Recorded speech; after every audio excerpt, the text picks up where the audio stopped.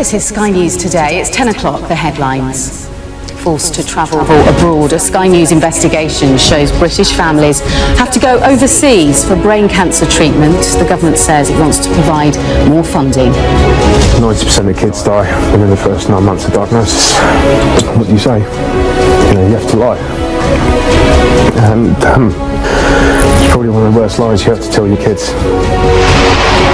Terror in Tenerife, thousands forced to flee their homes as wildfires burn out of control across the island. High streets at risk, worries for the future of town centre shopping as new figures show retail sales fell in July due to unusually bad weather. And tracking the mob. Police show Sky News the mafia hiding holes in the southern Italian town.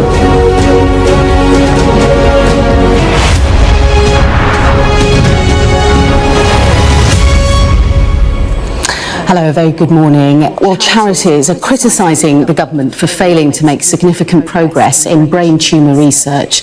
Ministers previously pledged to spend £40 million towards further studies, saying funding will continue to develop new treatments and therapies. Well, despite this, some families are travelling abroad for alternative care and relying on donations to fund it.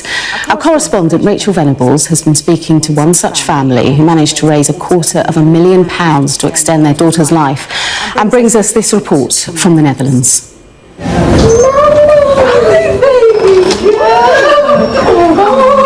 The best of surprises for a very sick little girl who's a long way from home.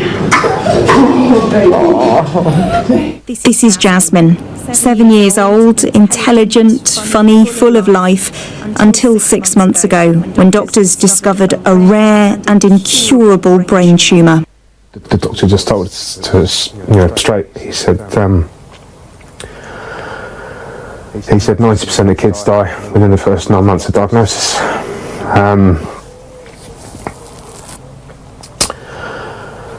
I mean, it was just, my mum and I just sat there and we just didn't know what to do. When nobody else is around, she's crying, why me? When am I going to go back to normal? What do you say? We can't promise her. You have to lie. And, it's probably one of the worst lies you have to tell your kids. The only treatment offered on the NHS was a round of radiotherapy. So they came here, to the Netherlands. Hi Jasmine, how are you doing? First it was weekly, now monthly appointments for an experimental drugs trial that her parents pray will both improve and maybe extend her young life. Every month Jasmine has to come to this hospital now to undergo a series of tests, checking her mobility, her brain function.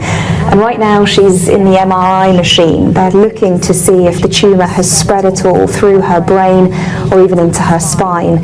If the tests go well, she can continue on the trial. It can be a big burden to have this treatment, but it's good to have hope, and at a minimum we learn and we get to the next step. And hopefully for the individual patients, there will surely be patients that benefit for a long time, but there will also surely be patients who don't benefit at all. Jasmine's mum and dad have fundraised close to £250,000 to pay for this treatment.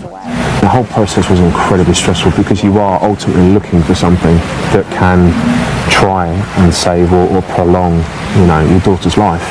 And, there were a couple of other places, there were a couple of other trials that we looked at that weren't accepting overseas patients.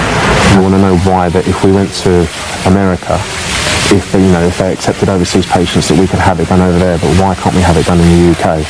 And it's just incredibly frustrating. The reason brain cancer patients like Jasmine and her family are travelling out to Europe or some even further afield to get on these vital trials is because there aren't enough options in the UK. A report by MPs earlier in the year blamed too much red tape, the lack of a database to collate the information, and crucially a lack of funding into brain cancer research. Dad of 3, Mark Thompson, was told he wouldn't live past this summer, but after raising more than £100,000 for immunotherapy treatment in Germany, he's currently cancer-free. Being away from the family was horrible. It was the first 10 days were terrible, and then the following month it'd be another 2 or 3 days. It was just the trying to plan the hotels, the flights, the car hire. If you hadn't had access to that funding or access to this treatment, if you hadn't been able to get yourself out to Germany, where do you think I'd be? Yeah. Or where? I don't really want to talk about that too much because it doesn't read good. If they gave me between 3 and 5 years to live with a standard treatment, I'm now 2 weeks away from the 5-year marker. Brain tumours kill more children and adults under the age of 40 than any other cancer. But since 2002, just 1% of the national spend on cancer research has gone to this disease.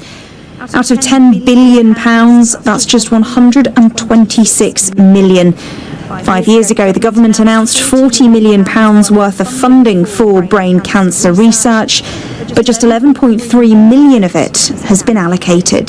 We're trying to constantly improve cancer treatment across the board because it is such a tough thing to see and such a tough story to hear, and we are just desperate to try and get the money out the door, get the research going, and move as quickly as we possibly can to help people like Liz or Jasmine.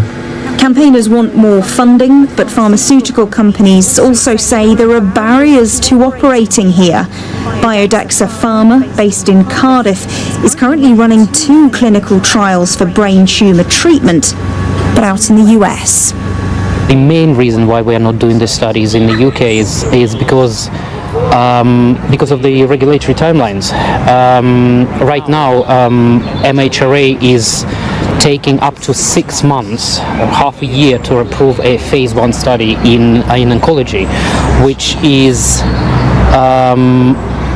compared to 30 days with the FDA is really not very beneficial for us. This also, coupled with the consequences of Brexit, do make the UK not a very attractive place to conduct clinical trials at the moment. For patients and their families, these trials can feel like a lifeline, but one that's hard to find, far away, and can be prohibitively expensive, while offering no guarantees beyond hope. Rachel Venables, Sky News. A wildfire is burning out of control on Tenerife, forcing thousands of people to flee their homes. Now, the blaze started on Tuesday night in a craggy mountainous area, which is difficult for emergency teams to access. Now, just off the coast of Morocco, Tenerife is situated in the Canary Islands. Now, some residents in the capital, Santa Cruz, say they can see the flames as they're approaching from around 12 miles away.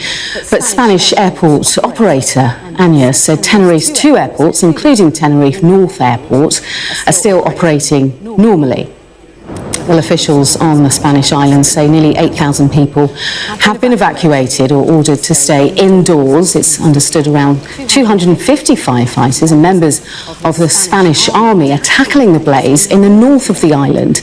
Our correspondent Lena Veselinvich has more. This is starting to get quite worrying, Lena. Good morning to you.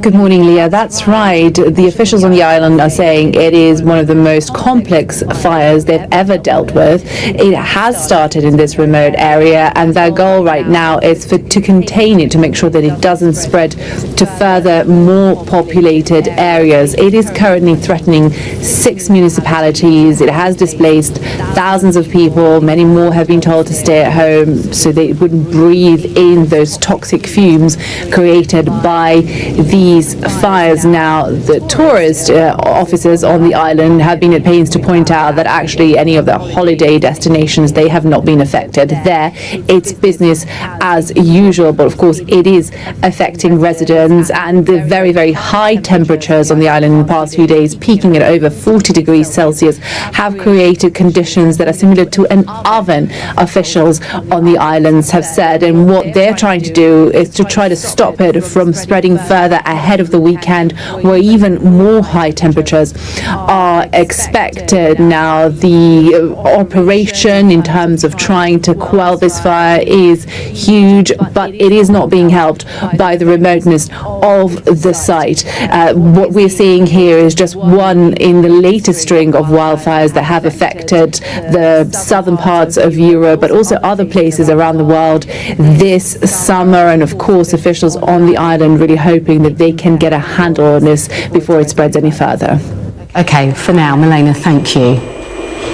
Well, it's not just Tenerife being engulfed by the flames. More wildfires have approached the northwest of Canada as residents flee in long convoys of cars and air evacuations.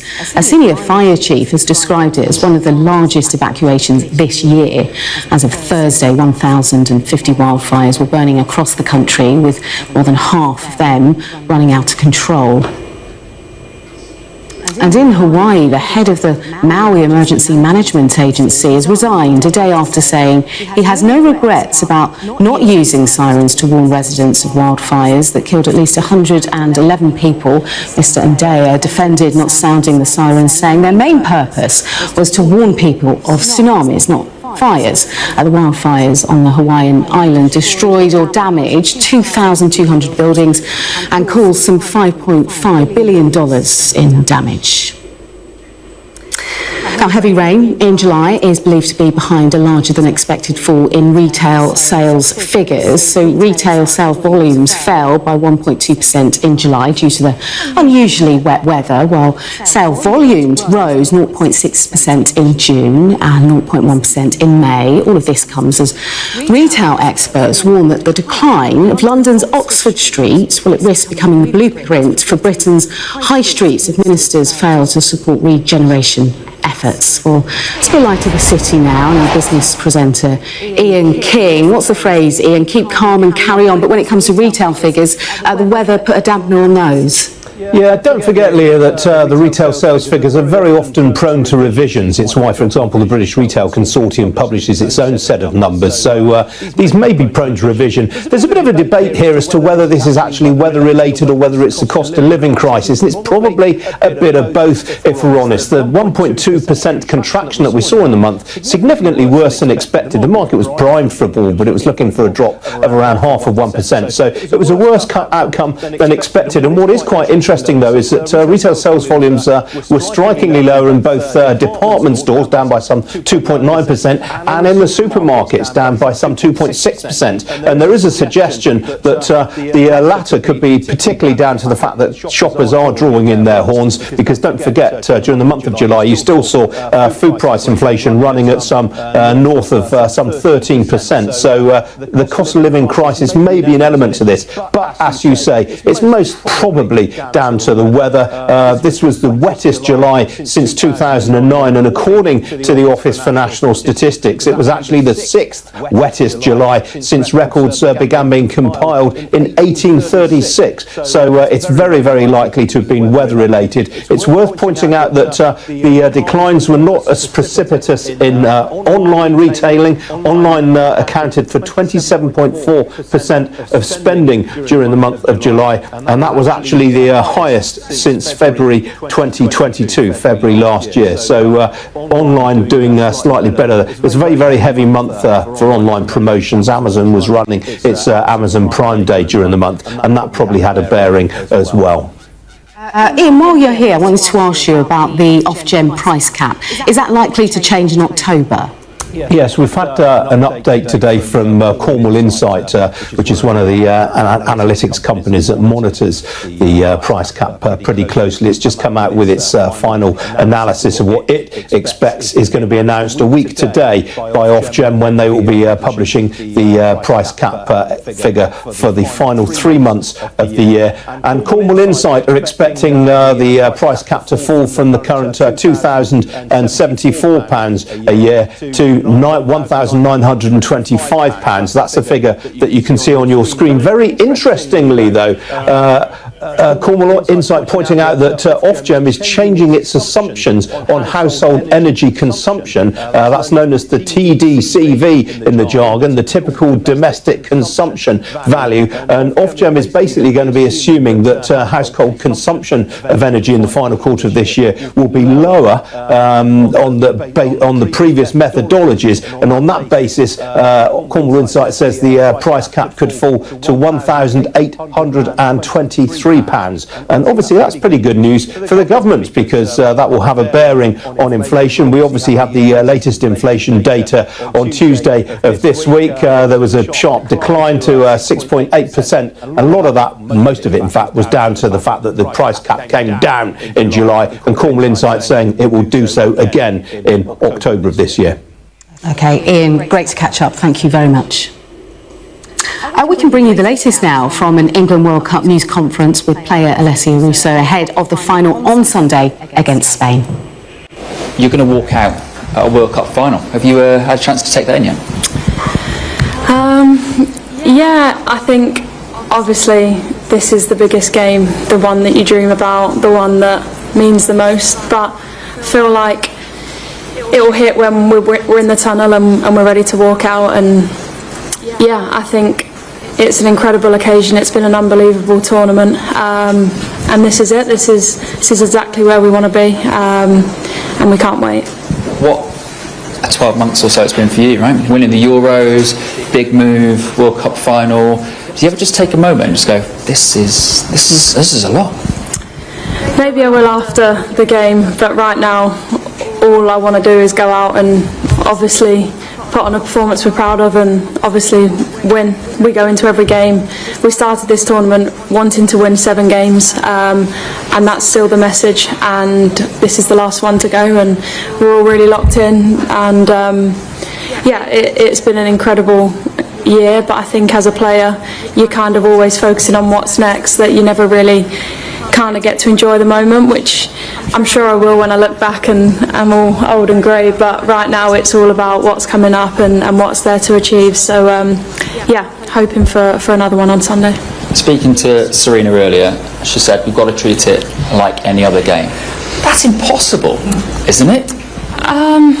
Funny you say that, because I think for players, yes and no, because I think obviously we're all aware it's the World Cup final and there's that on the line, but as soon as you cross the white line and the first whistle goes, it's just a normal game. That's what we love to do, that's what we want to be doing, and yeah, it's 11v11 and it's a game you've got to win. So I think as soon as we step out on the pitch, we know our job, we know what we need to do, but yeah, of course we're aware that it's a World Cup final, but we're just going to play our game. Just one more question from me. You take us inside sort of the camp. Is everyone hyped? Is everyone sort of? Does it just feel a bit extra? Yeah, I think everyone's obviously excited, but I think we're very relaxed and chilled, and it almost just feels like a normal game to us, which is great, and it shows, I guess, the composure of the team. But yeah, camp's great. It's been great from the first game up until now, and it feels pretty similar. It's another game that we must win. Hi Alessia. It was absolutely joyous watching you and the squad celebrate after your goal. Can you try to describe, put into words, the feelings of knowing that you were through to the final because of your goal, as well as everyone else's? Yeah, it was amazing. Obviously 2-1, I still think that we're good enough to see the game out, but 3-1 just gives you that extra cushion. But yeah, it was great, and to be able to be near the sideline too with all the other girls was really nice, because we've got such a good team spirit in this group and everyone's played a massive part, so it was really nice to kind of share that moment all together. And slowly realised that we were going to be in a final. Obviously we still had 5 or 10 minutes left, but yeah, it was really special. There's so much noise in the lead up to a World Cup final, as I'm sure you're finding out, but has living in Terrigal in a bubble, has that allowed you and the players to block everything out, and what's been your favourite thing also about living here? Yeah, it's been great. We've loved our time here in Terrigal. I think you can all see how lovely it is. We're right on the beach, the hotel's amazing, and what the FA have done with the hotel in setting it up to make it feel like a place you can relax and have fun at is really cool. So yeah, it's been great. It has felt like you're away from it all, which is really nice, because us as players, that's exactly what we want. And yeah, I mean, for me it's the beach. I love having the beach right on your doorstep. We go out on walks, and some people have been in the sea. I've been in the sea once with Tunu, but it was freezing. But yeah, it's just nice that you can open your blinds in the morning and be looking out to a beach, and the training facility that we're at as well is really nice. So yeah, it's been great.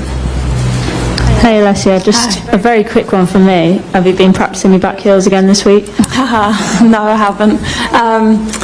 I think that was a rare moment, and one you probably won't see again, but yeah, it was special at the time, but no, I haven't been practicing them. Yeah, it's going to take something to top that if you scored something better than that in a World Cup final, wouldn't it? Yeah, it would. I'm not sure I'll ever be able to do a back heel again, but I'm glad it happened once. Best of luck, thanks. Thank you. Possible. Hi Alicia, Dutch television, therefore you won't be surprised that my question is about your coach. Can you explain what Sarina Wiegman has meant for this team? And on a more personal note, if friends ask you what she's like, what do you say? Well, the first thing that comes to my mind is that she's a winner. I think she sets the standard so high every day in training, and she leads with real class. I think it's great for us as players, because when we're out on the pitch it's so competitive, and everyone's training and all focused towards one goal, but away from the pitch she lets us enjoy our time, relax and switch off, and I think that's really important, especially in such a long tournament like this. But also she's honest and upfront, and that's something that as a player I really respect. I think it's really nice that you can have those open and honest conversations with the leader of your team. And yeah, she just makes camp a really enjoyable place to be. Thanks very much. Thank you. Just pass the mic behind you. Thank you, Tom from the Daily Telegraph. Hi, Alicia. Hi. Can you take us back to when you were a little girl in either the garden or the park, and you're pretending to score the winning goal in the World Cup final? What does that goal look like? What's the celebration look like? And just what tell us about it. Yeah, I think when I was a kid we used to play World Cup in the garden or at the pitch, local pitch, which is where you have to score to stay in. And yeah, I have such fond memories growing up playing football with the local kids that I used to grow up with, and also my brothers and my youth team. So yeah, it looked just like having fun and playing free. And as far as celebrations go, I think you can see that mine aren't planned or anything special. It's just what happens to me in the moment, and it's normally just a loud scream and hug whoever's near me. So yeah, I think as a kid growing up, to think that we'll be playing in a World Cup in a couple of days is a real pinch me moment. Thank you. And could I please ask one more question about someone I think you will know very well from club as well as country, Mary Earps, and taking shots against her in training. Could you just give us an idea of maybe how much she has improved over the last couple of years since taking the #1 shirt, and maybe what you've noticed in her character, evolving as she's taken on that responsibility? Yeah, I think Mary is one of the very best people, first and foremost. Someone that I really admire and have learnt a lot from. I think she has a real wise head on her shoulders, and she's been and seen a lot. And to see where she is now makes me so happy. I'm a really close friend of Mary's, and I think not many people remember the days not so long ago where she wasn't even considered for England, and yeah, people counted her out. And I think if you realise how far she's come and how much work she's put in, it's incredible. And yeah, she fully deserved that award, the FIFA's best. And yeah, not only as a player but as a leader, the way she helps this team is incredible. And yeah, I'm glad she's one of my closest friends. Hi, Lassell, Swedish television. Of course, it's always pressure and big interest, as you can see, playing for England. But how has the pressure picked up and the interest? Can you tell us about that from the Euros up until now? I think we noticed a big difference in the Euros. I think the way the nation got behind us was incredible, and out here the Australian support has been amazing ever since we touched down in Australia. Everyone's been so welcoming and so supportive, and I think you've seen it with the stadium sellouts and the Australian fans getting behind their team. I think it's been incredible, and for us, people keep telling us that the support back home is amazing, and we're so grateful. Our fans mean a lot to us. I feel like we feel a little bit disconnected from it as players right now, just because all our focus is on the games, but hopefully we can see them and celebrate with them when we're back. But yeah, the support for women's football right now is crazy, and as it should be, it should be exactly that, and it's so nice to see.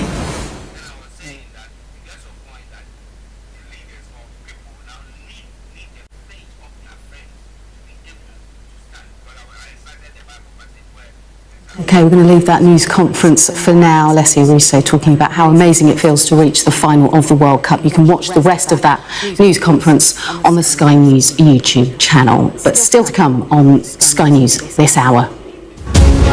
He's speaking to Labour MP Siobhan McDonough on why the government needs to do more for brain cancer patients after her sister died in June. We'll have a special report from deep in Mafia land. And flames that have been spotted out of the engine of a plane on its way to Cancun in Mexico.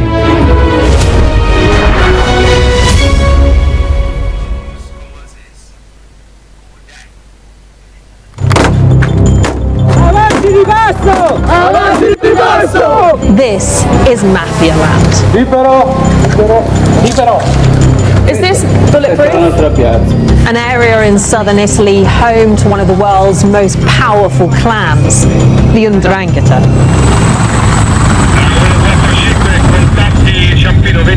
So who's brave enough to take them on?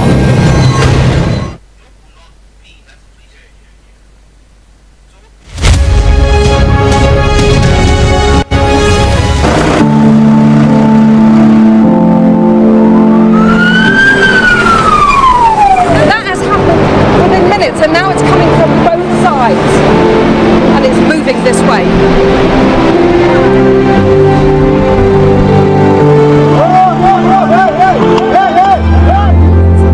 Only about half a mile from the Turkish coast, and it's evident that the boat seriously overcrowded.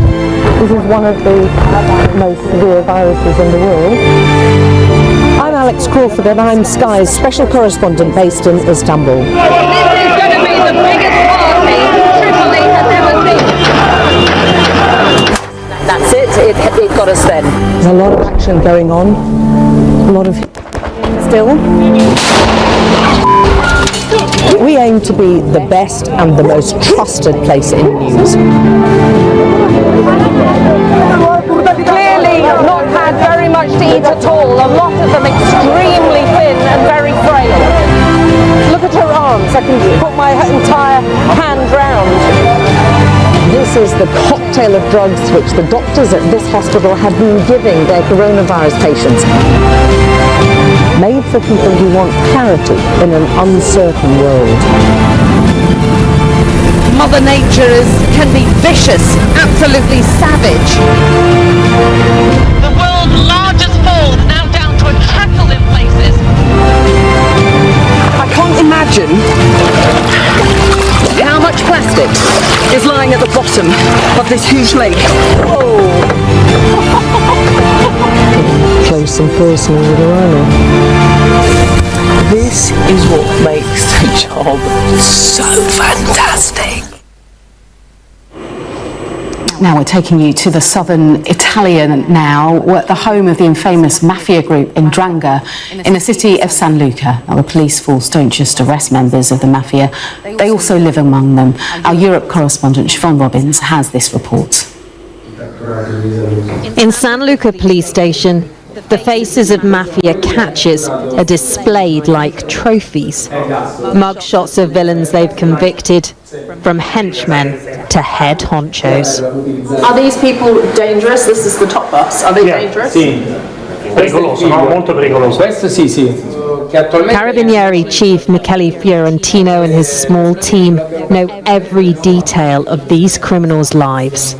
Here, they don't just arrest 'Ndrangheta mafia members, they also live among them. The town has about 3,500 to 4,000 residents, many of whom have convictions for drug trafficking and mafia-related crimes, the chief says. The 'Ndrangheta is one of the richest crime syndicates in the world, controlling 80% of Europe's cocaine trade. But it started here in Calabria, an area which remains its stronghold. So the commander's just told me a really interesting story about this road sign. You can see the bullet holes in it, and apparently every year on New Year's Eve the mafia used to go up and shoot at it to show people that they controlled this area. If San Luca is the 'Ndrangheta's back garden, nearby Plati is the heart of the home. The mafia controls the territory, says Luigi Gioia, one of the officers on the front line of this fight. The bins bear the names of famous 'Ndrangheta families. We're deep in their territory, and I have a strong feeling we're being watched. Oh, look, the kids are back up there. They're watching more and more and more. The commander explains locals on mopeds are often used as mafia spies. In the heart of the village, he shows us an old mafia hideout. When police raided this property, they saw a henchman push a switch here, he says. Two fugitive bosses then ran through here, but then they disappeared. This is where they'd gone. Oh wow, so this is the bunker. Behind a trapdoor in the step was a secret tunnel under the town. The bunker opening was small. One of the two escapees broke his shoulder and was unable to escape, the chief tells me. Italy's cracking down on the 'Ndrangheta, putting hundreds of collaborators behind bars. But to beat them, they must free these communities from decades of control. Siobhan Robbins, Sky News, Italy. Well, part two of our special report from southern Italy on the Italian mafia will be broadcast tomorrow from 6 o'clock on Sky News Breakfast. And also, do tune in tonight at 8:30 for the special documentary, How to Fight the Mafia, which will premiere on Sky Documentaries and Sky Showcase at 9 o'clock tomorrow on Sky News. Okay, let's take a look at the weather. Warm memories wherever you go. The weather, sponsored by Qatar Airways. Well, the weather will be relatively settled today ahead of low pressure bringing wet and windy conditions for the middle of the week. This morning, southern Scotland and northern England, along with central and eastern England, will be cloudy with patchy rain. Skies will be brighter over northern Scotland, Ireland and the southwest. There'll be a few showers too. It'll be cool and breezy for most, with temperatures in the mid to late teens Celsius. Now the southeast will be a little warmer with a high of 23 Celsius, 73 Fahrenheit. Now the rain and freshening winds will take over Southern Ireland, West Wales and the southwest. By evening, overnight, the wet and windy weather will reach all but northern Scotland and heavy showers following. It will become windy with coastal gales in the south and southwest. For most, it'll be a mild night, but it will turn chilly under clear skies of the far north. The weather, sponsored by Qatar Airways. You're watching Sky News. Coming up,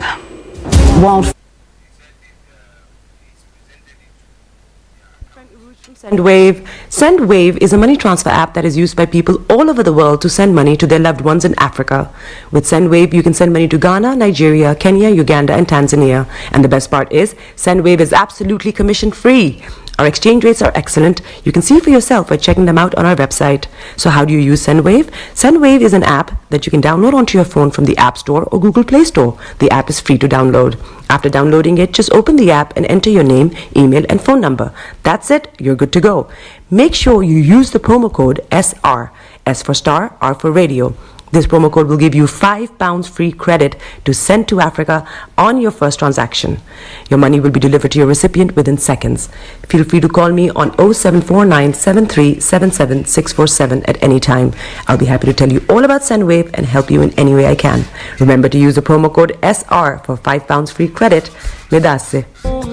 Hi everyone, it's your girl BB Clement, the author of How to Go From Employee to Entrepreneur and the host of your weekly business show, BB Means Business, the show where we discuss everything you ever wanted to know about business but you were afraid to ask. How do I start my business? How do I raise the finance?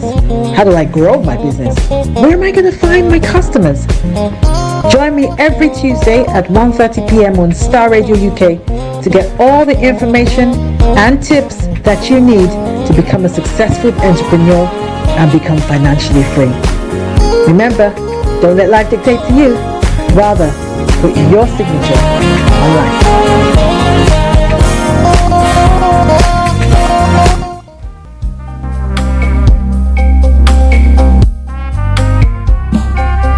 Are you looking for the fastest, reliable, and trustworthy door-to-door shipment company? Well, look no further. When was the last time your family received a shipment back in Ghana on time and in time? You are not sure?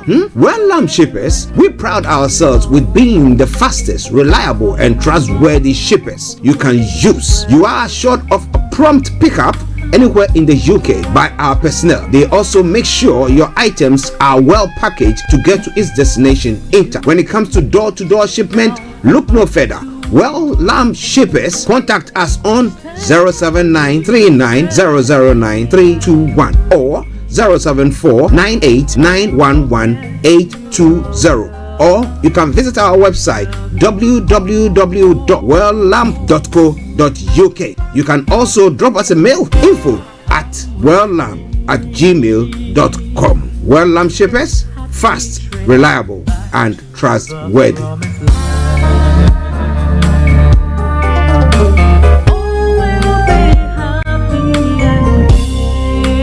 Hi there. Are you dreaming of owning your own house in Ghana? Then you will need a well-documented piece of land that is free from troubles. I highly recommend My Africa Property for any size of land that you will need. With My Africa Property, lands are available in Prampram, Sopoli, Tohenia, Ogome, Dodova, Winneba, and many other locations at affordable prices. These locations are about an hour away from the airport, only 35 minutes from the motorway, 10 minutes drive from Central University College, 10 minutes drive to the beach, and close to Prampram Senior High School and Ghana Men's Soccer Center of Excellence. For more details, visit our website www.myafricaproperty.com or call our UK office on 0208 123 2523. For our US and Canada offices, call us on +1 585 184 994145. You can also email us at ghana@myafricaproperty.com. Check me out. He tells me my energy is making him tired. Yes! How do you get the energy to do I've been told that I have a lot of energy, but my goodness, I think today I have met my match, people. I have met my match, Miss Suzanne. Wow, amazing. One of the things that's the start of the darkness. Of darkness. So what did that? Myself and the world in adjustment. And 2019. Forget the proverbial boardroom. Join me, Simone Frazier, on The CEO, the program that gives you the driving seat over your life. Every Tuesday, 8 p.m. only on Starr Radio. Tune in to On Point here on Starr Radio UK with Empress Regina every Monday at 5 p.m. GMT. Looking forward to your company. Getting onto the property ladder has never been easy until now. Join us this and every Thursday from 7 p.m. to 8:30 p.m. live on the Property Hour Show on Starr Radio UK, where we talk to mortgage brokers, property developers, estate agents, landlord, tenant, property consultants on how to invest or get into the property business and make money. You can't afford to miss this. The Property Hour Show is your best source into the property industry. Hi guys, this is your friend Uruj from SendWave. SendWave is a money transfer app that is used by people all over the world to send money to their loved ones in Africa. With SendWave, you can send money to Ghana, Nigeria, Kenya, Uganda, and Tanzania. And the best part is, SendWave is absolutely commission-free. Our exchange rates are excellent. You can see for yourself by checking them out on our website. So how do you use SendWave? SendWave is an app that you can download onto your phone from the App Store or Google Play Store. The app is free to download. After downloading it, just open the app and enter your name, email, and phone number. That's it. You're good to go. Make sure you use the promo code SR. S for Star, R for Radio. This promo code will give you £5 free credit to send to Africa on your first transaction. Your money will be delivered to your recipient within seconds. Feel free to call me on 0749 7377 647 at any time. I'll be happy to tell you all about SendWave and help you in any way I can. Remember to use the promo code SR for £5 free credit. Medasse. Hi everyone, it's your girl BB Clement, the author of How to Go from Employee to Entrepreneur and the host of your weekly business show, BB Means Business, the show where we discuss everything you ever wanted to know about business but you were afraid to ask. How do I start my business? How do I raise the finance? How do I grow my business? Where am I going to find my customers? Join me every Tuesday at 1:30 p.m. on Starr Radio UK to get all the information and tips that you need to become a successful entrepreneur and become financially free. Remember, don't let life dictate to you. Rather, put your signature on life.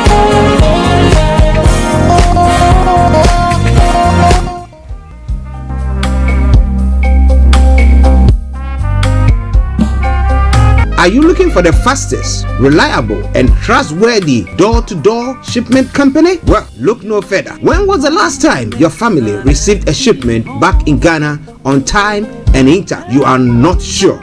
Well, shippers, we pride ourselves with being the fastest, reliable, and trustworthy shippers you can use. You are assured of a prompt pickup anywhere in the UK by our personnel. They also make sure your items are well packaged to get to its destination in time. When it comes to door-to-door shipment, look no further. Well, shippers, contact us on 07939009321 or 07498911820. Or you can visit our website www.welllamp.co.uk. You can also drop us a mail, info@welllamp@gmail.com. Well Lamp Shippers, fast, reliable, and trustworthy.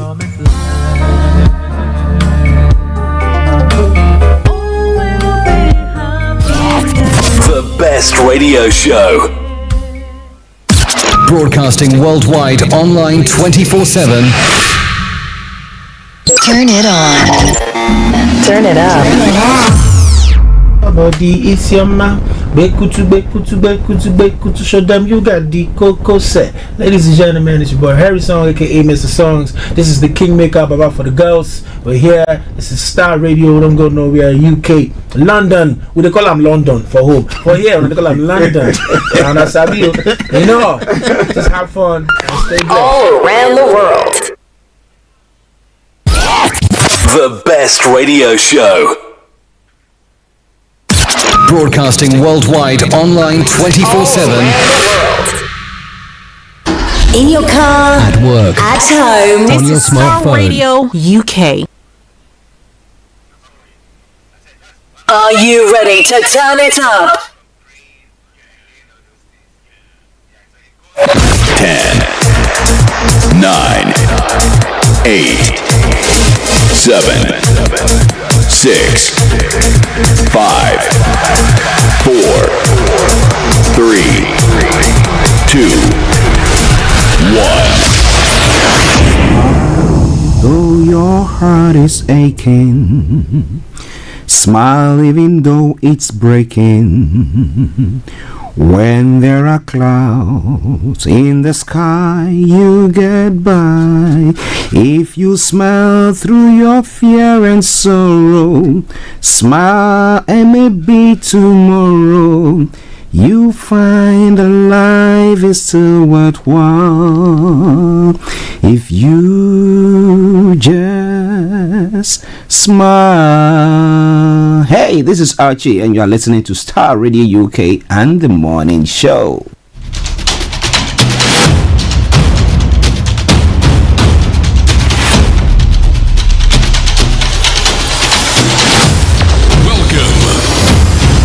This is Starr Radio. This is UK. Starr Radio UK. This is Starr Radio UK.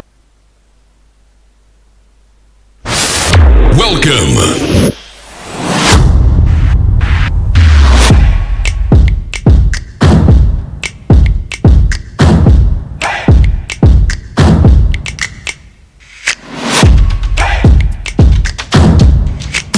Broadcasting worldwide, online 24/7.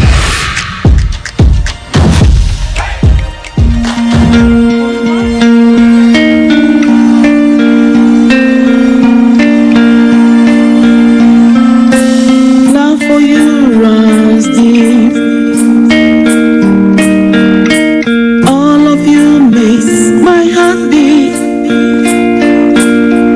You make a doubt they fade. Jesus, and that's what makes you great. Hold the world in your hands. The hand that made me who I am. This is Starr Radio UK. And forevermore. And that's what makes you great. You are God. You will never change. You remain the same. To the end.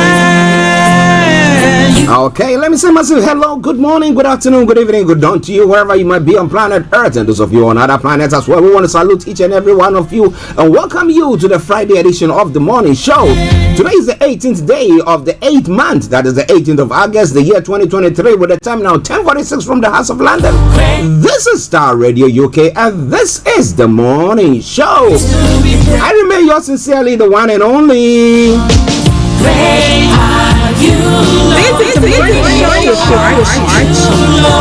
Okay, so if you don't know now, you know. So from now till 12 o'clock, as I've said throughout the week, love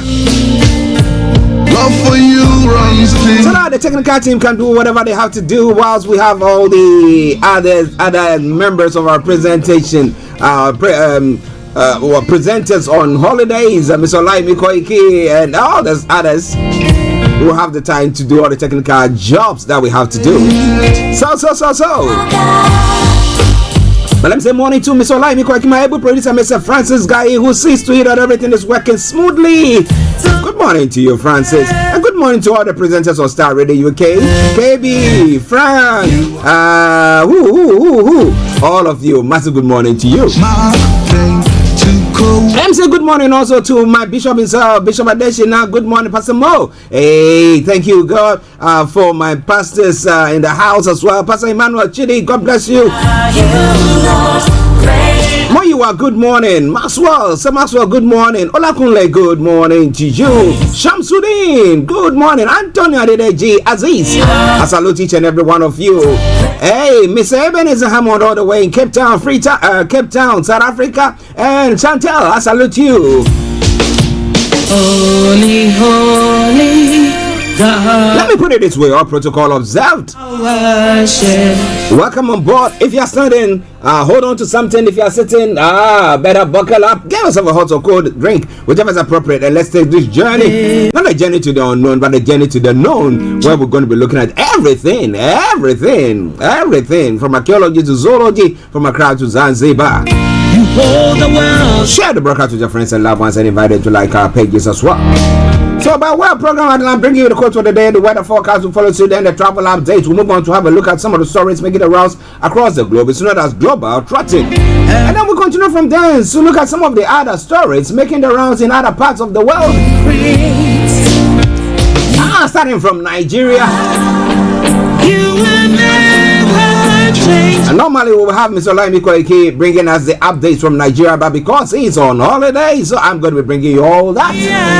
But of course, I'm going to have you there also joining in to share with me what is happening there as well. Maybe throwing more light on it. Then after that, we'll look at some better stories. But at 11:30, the lines will be open for you to add your voice to the discussions. And then we'll continue from there. Looking at all the other stories making the rounds in other parts of the world. At 12 o'clock, the curtains are brought down for the end of the program.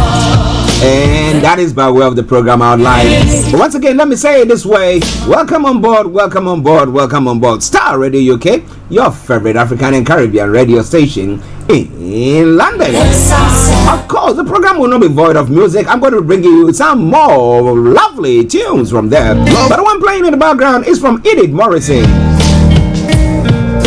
What makes you great? My heart. Starr Radio UK, your favorite African and Caribbean radio station in London.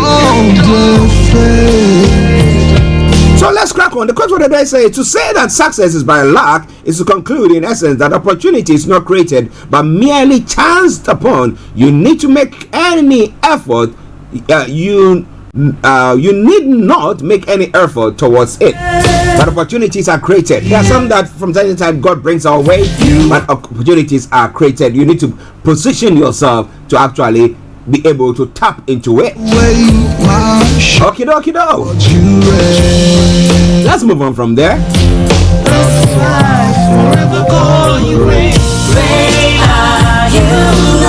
When it comes to the weather front, well, I was coming in and it was drizzling early this morning, and it keeps on so, but this is how the weather is going to be for you for London and southeast of England. The showers are likely to continue through the afternoon, though becoming patchier and lighter later. Now mainly dry this evening with few clear intervals overnight. However, showers or spells of rain will occur. These heavy and thundery at times turning drier once again as dawn approaches. It's going to be breezy. Our top temperature is going to be 23 degrees, the low is going to be 18 degrees. Pollen level, moderate, UV level, moderate pollution, low. Sunset 2018 and sunrise for tomorrow morning 0550 hours. It's all Starr Radio UK. And when it comes to the weekend weather, well, tomorrow we're going to be seeing it breezy, but likely dry tomorrow with variable cloud initially, but periods of sunshine will develop more widely into the afternoon. Top temperature is going to be 24 degrees, the low is going to be 14 degrees. And then Sunday will be a mixture of same. Top temperature 25 degrees, the low is 13 degrees. A mixture of cloud and sunshine there as well. So that brings us to the end of the weather forecast for you today. Friday, Saturday and Sunday's program, okay? But on the Friday edition of the morning show. Okay, let's take a quick break, and once we come back, I'll bring you the travel updates. Starr Radio UK, your favorite African and Caribbean radio station in London. Tune in to On Point here on Starr Radio UK with Empress Regina every Monday at 5 p.m. GMT. Looking forward to your company.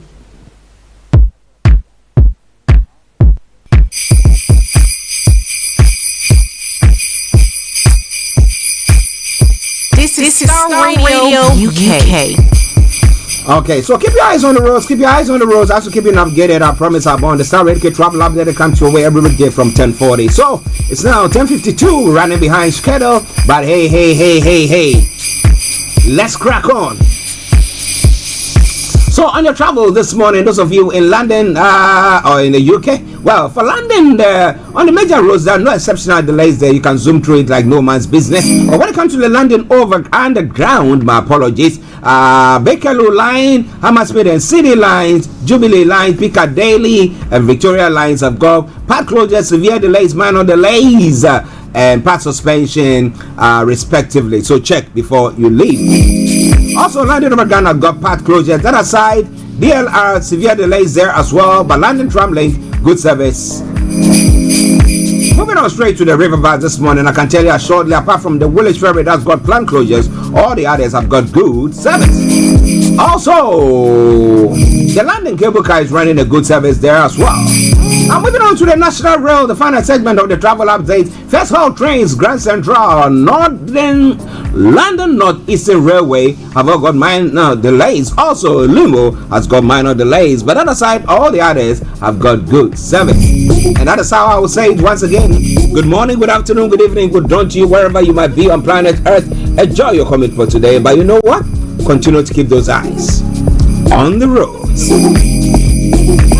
Getting onto the property ladder has never been easy until now. Join us this and every Thursday from 7 p.m. to 8:30 p.m. live on the Property Hour show on Starr Radio UK, where we talk to mortgage brokers, property developers, estate agents, landlord, tenant, property consultants on how to invest or get into the property business and make money. You can't afford to miss this. The Property Hour show is your best source into the property Archie industry. on Starr Radio. Nobody does it better. Welcome back to the program. It is Starr Radio UK. It is your favorite African and Caribbean radio station in London, bringing the time now to 6 minutes to 11, and it is the Friday edition of the morning show. As I did say, finishing at an earlier time of 12 o'clock instead of the normal 1 o'clock on a Friday, where we should have had our money man coming in to bring. But don't you worry, he's preparing everything, and God willing, next week he's going to be coming your way with the money hour. But let me say good morning to our boss there, Rachel. Hey, Rachel, how are you doing? Lots of love to you. Lots of love to you as well. And I thank God Nigeria has not happened to you or any of us on the platform. All right then. So now let's move on to some of the other stories making the rounds across the globe. As I did say, we're going to be bringing you updates from Nigeria in a jiffy. But well, starting from Nigeria as well, CBN introduces foreign exchange price verification system portal. Well, would that curb the rising of the dollar as pertaining to the naira, or the falling of the naira vis-a-vis the dollars, okay, or the foreign currency? Insecurity, DHQ blows hot. Troops continue to respond with military force as well. And then federal government approves 5 billion naira palliative each for state amid severe hardship. And somebody will say that's a good one there. What about that? We know serious for this country. A bit of pigeon there. Reaction as NDLEA Naira Marley partner against drug abuse. Now Elumelu's Transcorp consolidates its power play, acquires 60% of majority stake in AEDC. We'll be telling you more about all that in a moment. And Nigeria, directors of 183 failed MFBs and PMBs to be investigated. Now, we had the president saying that, well, some companies are going to be, is it liquidated or sold on, or shares in it? Is it those people who are, or what is happening there? We'll be looking at all those things there as well. APC and NPP trade blames over attempt to bribe election tribunal. Oh my goodness, that's a serious one. We're going to be looking at that as well. Well, what have the judges said so far? The judges on the election tribunal, they've said maybe no, we're not going to sit down to be compromised in any way, shape or form. What do you think? Illicit financial flows draining nation's revenue, foreign reserve. That's what the ICPC is saying there. It's all Starr Radio UK. It is your favorite African and Caribbean radio station in London. Now, Biafra again. DSS allows Nnamdi Kanu access to medical surgeon, and then that is was it yesterday? But troops killed 2 IPOB terrorists, notorious ESN commander and others. And IPOB distributes flyers in Southeast to signal end of stay at home. And then police raid suspected IPOB and ECN camp in Enugu and kill 3. NAF aircraft intensify strike against oil thieves, IPOB terrorists. And that's what they are saying. Simon Ekpa resorts to lies as his criminal empire crumbles. IPOB lawyer Ejiofor is saying. How true is that? Simon Ekpa using ESN to defraud people, not our member. That's what is going on. There's lots going on in that part of the world. But, well, as I did say, we're going to be bringing you more on that front as well. When it comes to the Southwest, vote buying allegation against Governor Abiodun belated an afterthought Appeal Court agrees, and Nigerians now wailing with regret for voting APC, says Ondo PDP. Now, court grants withdrawal of illegal possession of firearms charge against Emefiele, and cabinet lists Muslim group protests as Lagos Assembly concludes screening. And APC delegate government trade words over Osun Osogbo festival incidents, and then under 6 more investment in cocoa cashew to boost Nigeria's economy. Those are some of the stories making the rounds there. We'll take a quick break and I'll be with you. Stay tuned and don't you go away. Star Radio UK, your favorite African and Caribbean radio station in London.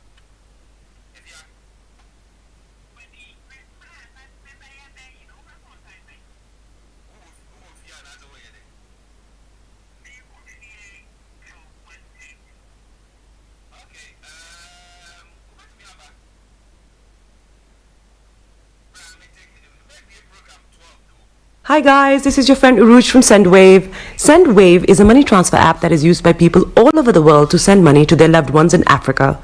With SendWave, you can send money to Ghana, Nigeria, Kenya, Uganda, and Tanzania. And the best part is, SendWave is absolutely commission free.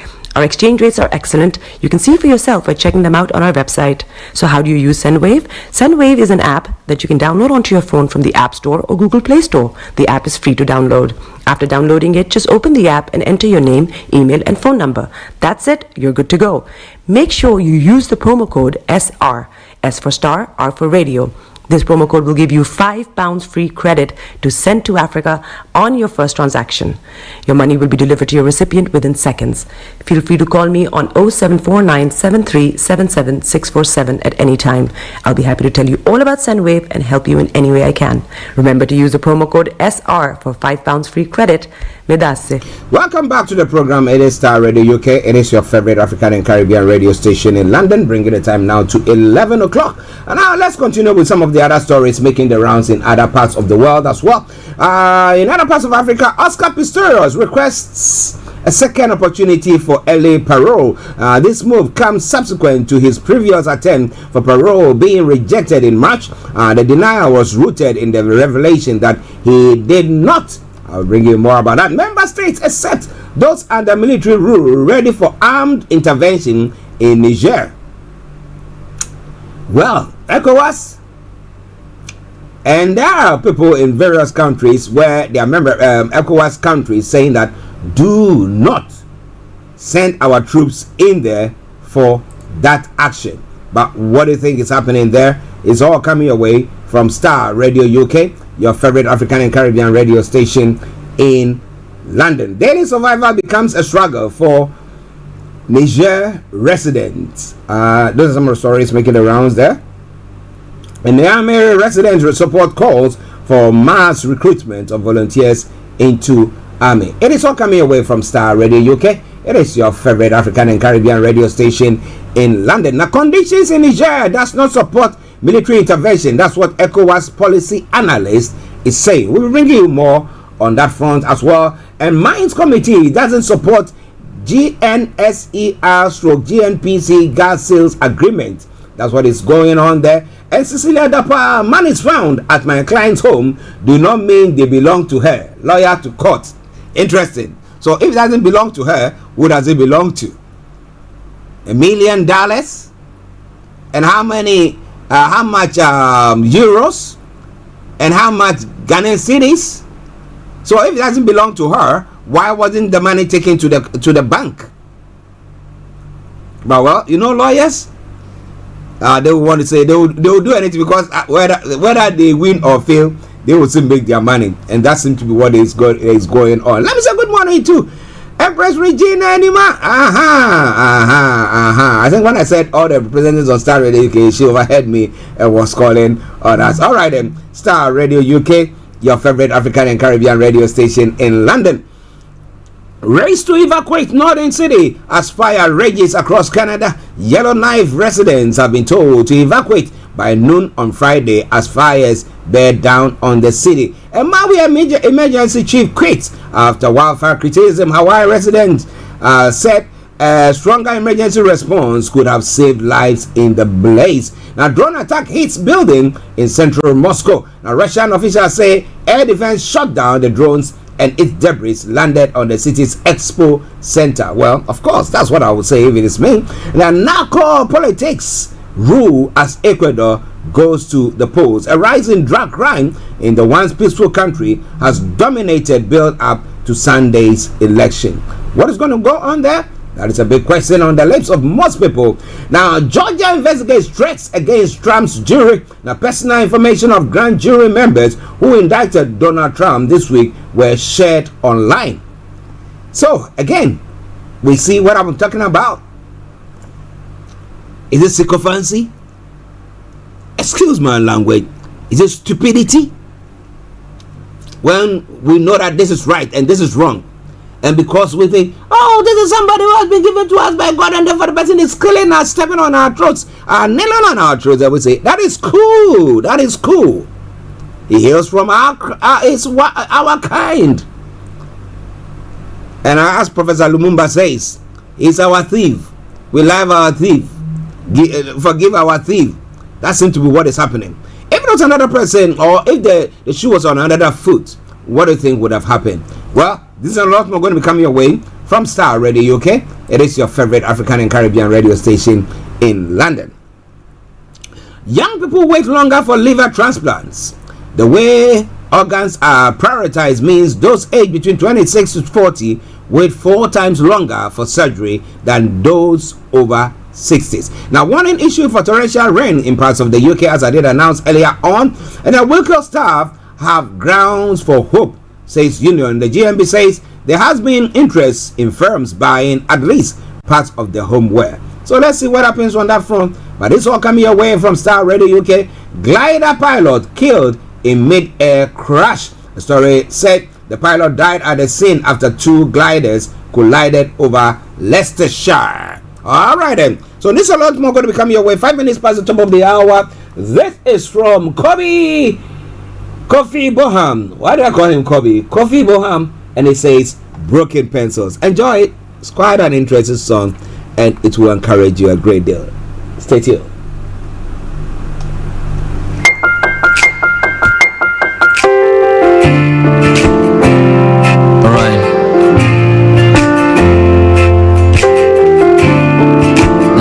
To the broken.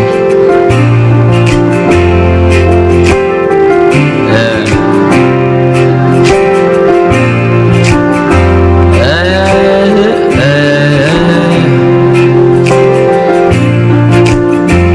Don't get discouraged. I see you fighting all the demons in your life that have wreaked heavy carnage.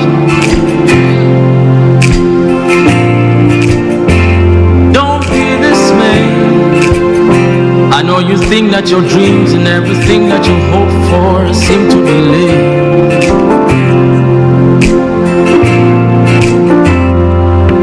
Yeah, looks like your problems don't seem to go nowhere. Just take a deep breath. People talk about you, it's got you feeling down and really stressed. Don't tell me you don't know the trouble that I've been going through. You self don't know, see the same thing they go through, me self and they go through too. Who told you the line when you fall, it's the end of your life? I heard a whisper from above, I pray it opens up your eyes. Broken pencils still write, so keep on writing. And falling soldiers still rise, so keep on fighting.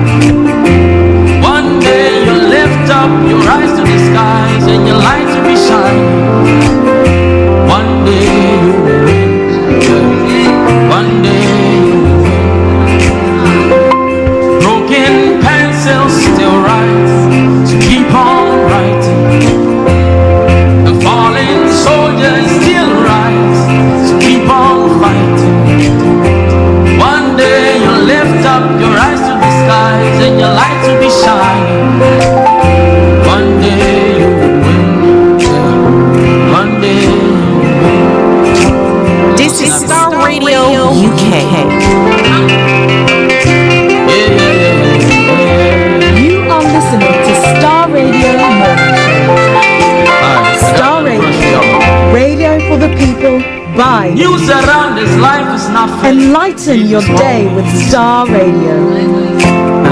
You gave your heart to the wrong folk, they broke it, and now you put it on free.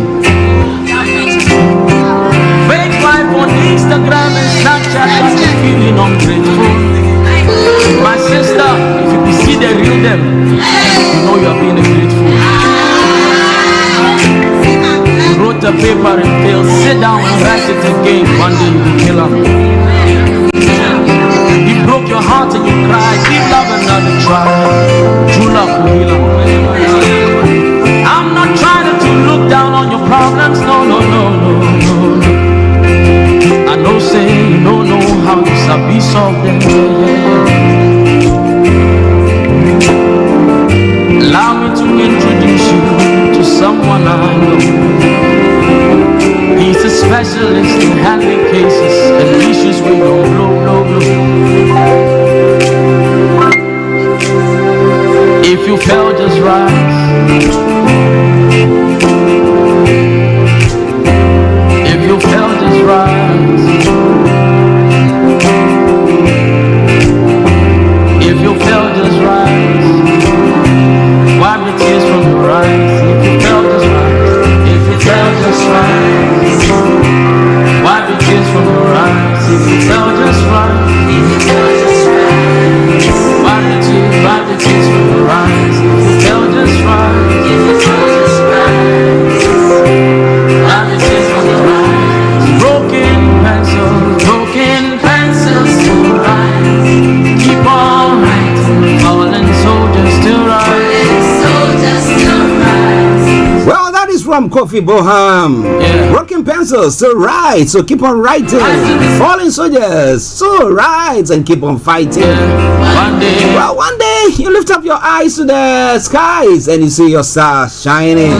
So don't give in, don't throw in the towel. It's all not done. Not yet. It's not over until the fat woman or lady sings. So I'm here once again just to inspire you, as I do all the time. I remember sharing the song with a few people. What did the day before yesterday, and it was lovely. And everybody has come out to say that was a lovely tune.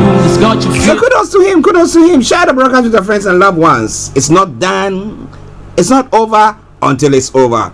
And as I say all the time, Yomi will tell you, I tell you that so far as you have life, there is hope for you. God has not finished his business that he's doing with you. So once again, thank you very, very much. When you fall, it's the end of your life. Well, it is Starr Radio UK. It is your favorite African and Caribbean radio station in London.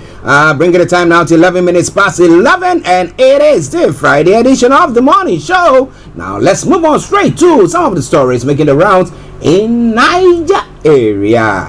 Okay, Nigeria. Now, the Central Bank of Nigeria on Thursday introduced a foreign exchange price verification system designed for importers to have access to forex. Now, reports that the CBN disclosed that in a statement from its Trade and Exchange Department on Thursday night. The Apex Bank disclosed that a price verification report from the portal is now mandatory for all form of M requests. Now, according to the Central Bank, the price verification portal takes effect from August 31, 2023. The statement read, following the successful conduct of the pilot run and various training held with all the banks, the Central Bank of Nigeria hereby announces the go live of the price verification system, the PVS. Now, all applications for forms M shall be accompanied by a valid price verification report generated from the price verification portal. For the avoidance of doubt by this circular, the price verification report has become a mandatory trade document precedent to the completion of a Form M. The Apex Bank urged all authorized dealers to inform their customers of the development. According to the CBN, any case of infractions will be appropriately sanctioned. Wow. So the question is, would that help maintain the stability or shore up the Naira? That is the question. Okay, let's move on. Now, in other stories as well, the federal government on Thursday, August 17, approved a sum of 5 billion naira palliative for each state and the Federal Capital Territory, the FCT, to address the impact of the fuel subsidy removal on the masses. The total figure amounts to 185 billion naira for the 36 states and the FCT. The governor of Borno State, Babagana Zulum, announced this to State House correspondent after the National Economic Council meeting presided over by Vice President Kashim Shettima. Zulum said each state, including the federal capital, will get 5 billion naira for palliatives. But if that's what you are saying, 5 billion for each state. Now you are looking at the population in each state, and do you think that is a fair share of it? Are we looking at the number of people in a particular state and say we apportion it that way, or we say, okay, a state that has maybe, let's say, 10 million, we're giving them 5 billion naira, and Lagos State, which has got more than 20 million people, are also going to be getting 5 billion naira. And you think that will go around enough to help them? So, I don't know. But the permutation there doesn't actually work very well. Now, the council comprises governors of the 36 states, the governor of the Central Bank of Nigeria, and other co-opted government officials. And arising from the removal of the subsidy, the pump price of fuel has surged to over 600 naira per litre, causing severe hardship for individual households. The House of Representatives has on Thursday, July 13, approved President Bola Tinubu's requests to source 500 billion naira from the 819.5 billion 2022 supplementary budget to fund palliatives to cushion the impact of subsidy removal on Nigerians. The Senate also had on July 13 approved the president's request of $800 million World Bank loan as additional funds for the financing of the National Society Safety Net Program that the NSIP set up by the National Assembly. The concessionary facility, the loan was to expand coverage of shock response and safety net, supporting among the poor and vulnerable Nigerians to meet the cost of their essential needs. This is Starr Radio UK, and this is the morning show. An initial plan for the government to pay 8,000 naira to 12 million poor households was greeted with criticism, as many people assume the plan will not be sustainable. So do you think that this is sustainable, the way that they've gone about it? Let me have your take on that. It is all coming away from Starr Radio UK. It is your favorite African and Caribbean radio station in London.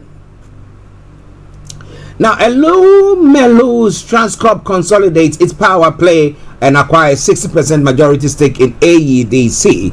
The consortium led by Transcorp Group acquired 60% stake in AEDC, and it says in another remarkable strategic maneuver that solidified Transcorp's dominant position in Nigeria's power sector. Christopher Ezufolokwe, the intelligent and astute managing director of CEO of Transcorp Power Limited, has been entrusted by the board of the Abuja Electricity Distribution Company (AEDC) to lead the charge as the new managing director stroke CEO of the AEDC. The pivotal announcement closely follows the acquisition of a substantial 60% stake in AEDC by a consortium helmed by Transcorp Group. In an authoritative decision that reverberated across the market, the National Council on Privatization granted its seal of approval to Transcorp-led consortium in May 2023, heralding its role as a fresh energy strategic investor in the Abuja Electricity Distribution Company.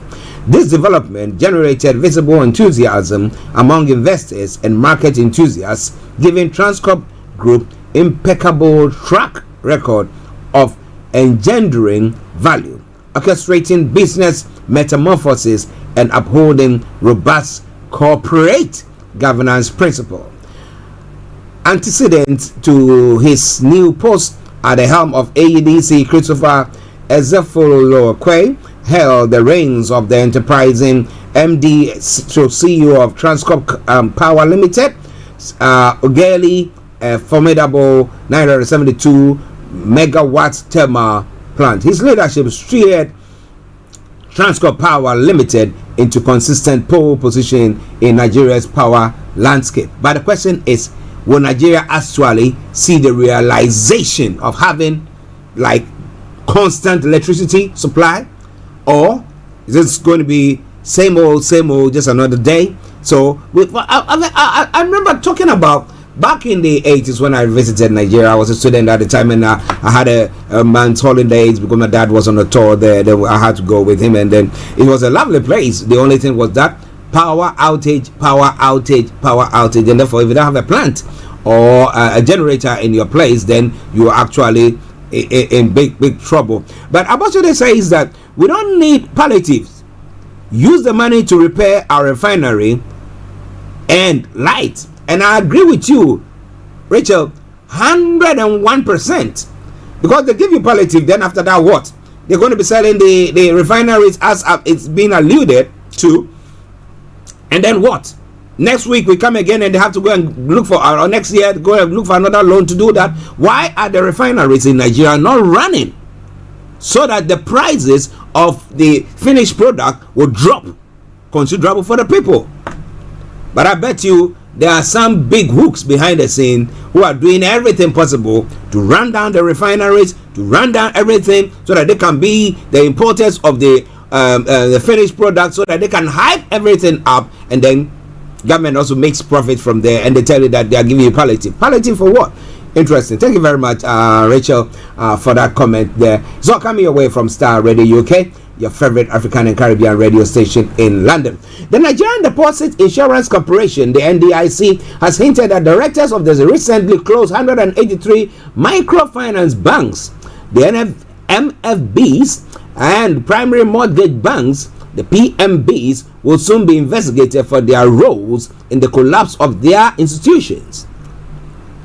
Managing Director stroke Chief Executive NDIC Bello Hassan disclosed this in Lagos yesterday at a workshop organized by the Corporation for Law Enforcement Agencies. Addressing participants at the workshop, including members of the Interagency Task Force on the Implementation of Failed Banks Act, Hassan said, "As you are all aware, the Central Bank of Nigeria recently revoked banking licenses for 183 MFBs and PMBs, which may require us to investigate some of the directors and officers of these institutions with a view to bring to book those found culpable in the collapse of these institutions." Hassan said the workshop is a demonstration of the NDIC's commitment to collaborating with the agencies against financial malpractices and insider abuse in banks. Now, it's quite interesting. What have they done about the oil refineries? Have they done or set up any investigation into that?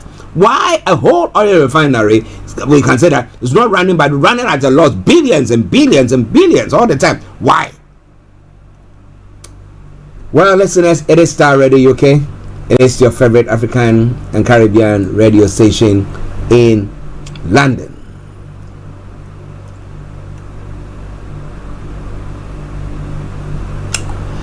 Now we're going to talk about my favorite friend,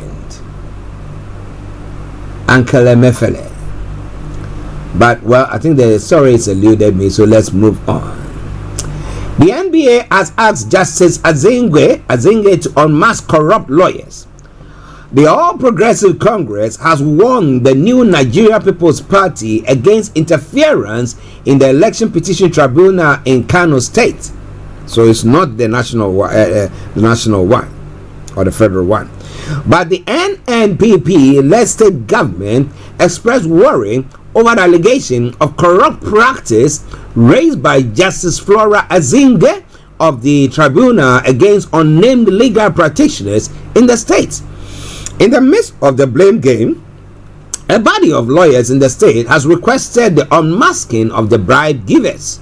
A spokesperson for the APC Gawuna Gari Campaign Council, Muhammad Gaba, frowned on an alleged attempt by the governor Abba Yusuf-led administration to drag the name of the chairman, National and State Assembly Election Petition Tribunal, Honorable Justice Flora Azengwe, in the mud.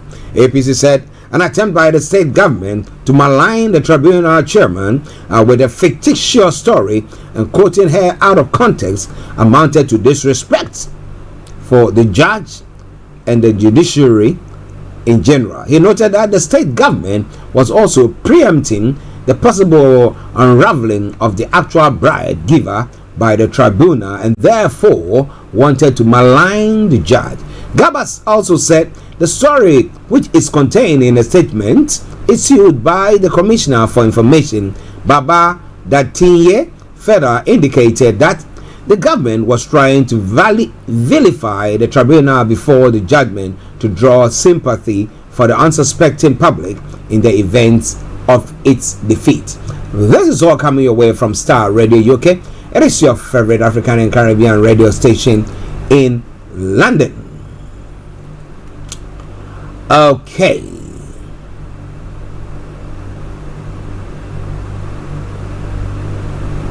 I was trying to get a story of the former CBN boss, but it seemed to be eluding me. So let's see whether I can get it from here. The government has withdrawn the charge of illegal possession of firearms against suspended Central Bank of Nigeria Governor Godwin Emefiele. However, it has filed a 20-count indictment against Emefiele, charging him with criminal breach of trust and criminal misappropriation of funds. These charges carry long jail terms. Emefiele was suspended by President Bola Tinubu in June 2023 after he criticized the governor's policies at his presidential inauguration in May 2023.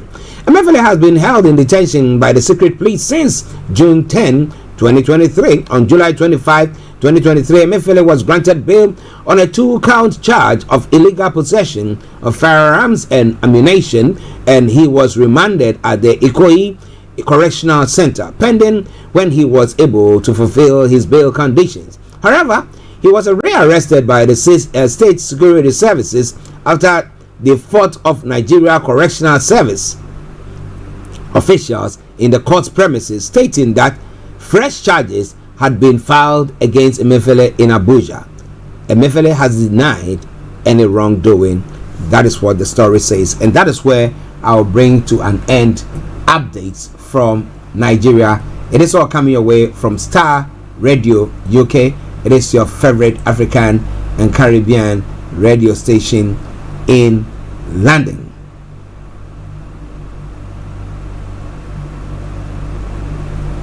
Okay, let's take a quick break. We come back, we look at some of the other stories making their rounds across other parts of the world, this and around Africa as well. Stay tuned, don't you go away. Hi guys, this is your friend Uruj from SendWave. SendWave is a money transfer app that is used by people all over the world to send money to their loved ones in Africa.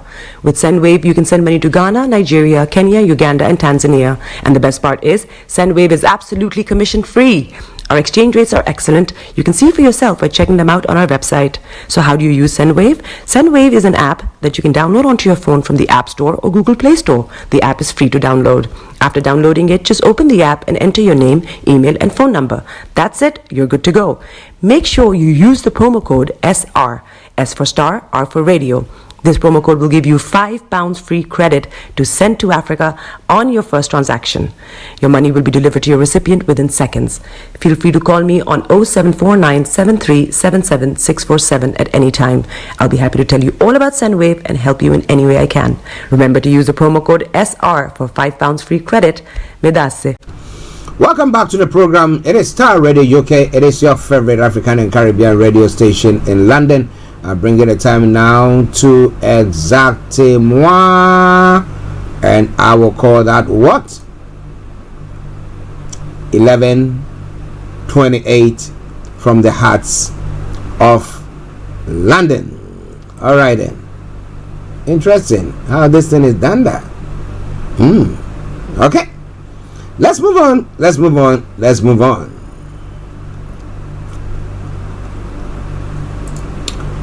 So moving on to other parts of Africa as well to look at some of the other stories making the rounds there. God willing, Monday we'll have Full House, we'll have Mr. Laimi Kwaki, we have HRH in the Parliament, and all the team back on. Yes, after the holidays. Then I'll also take my holiday, right? No, I'm going to be here. So wherever you are, stay tuned. Well, and in South Africa, now you remember South Africa's African athletes Oscar Pistorius, who has been incarcerated for 6 years following his conviction for the murder of his girlfriend Riva Steenkamp, has formally petitioned the Constitutional Court to grant him eligibility for parole.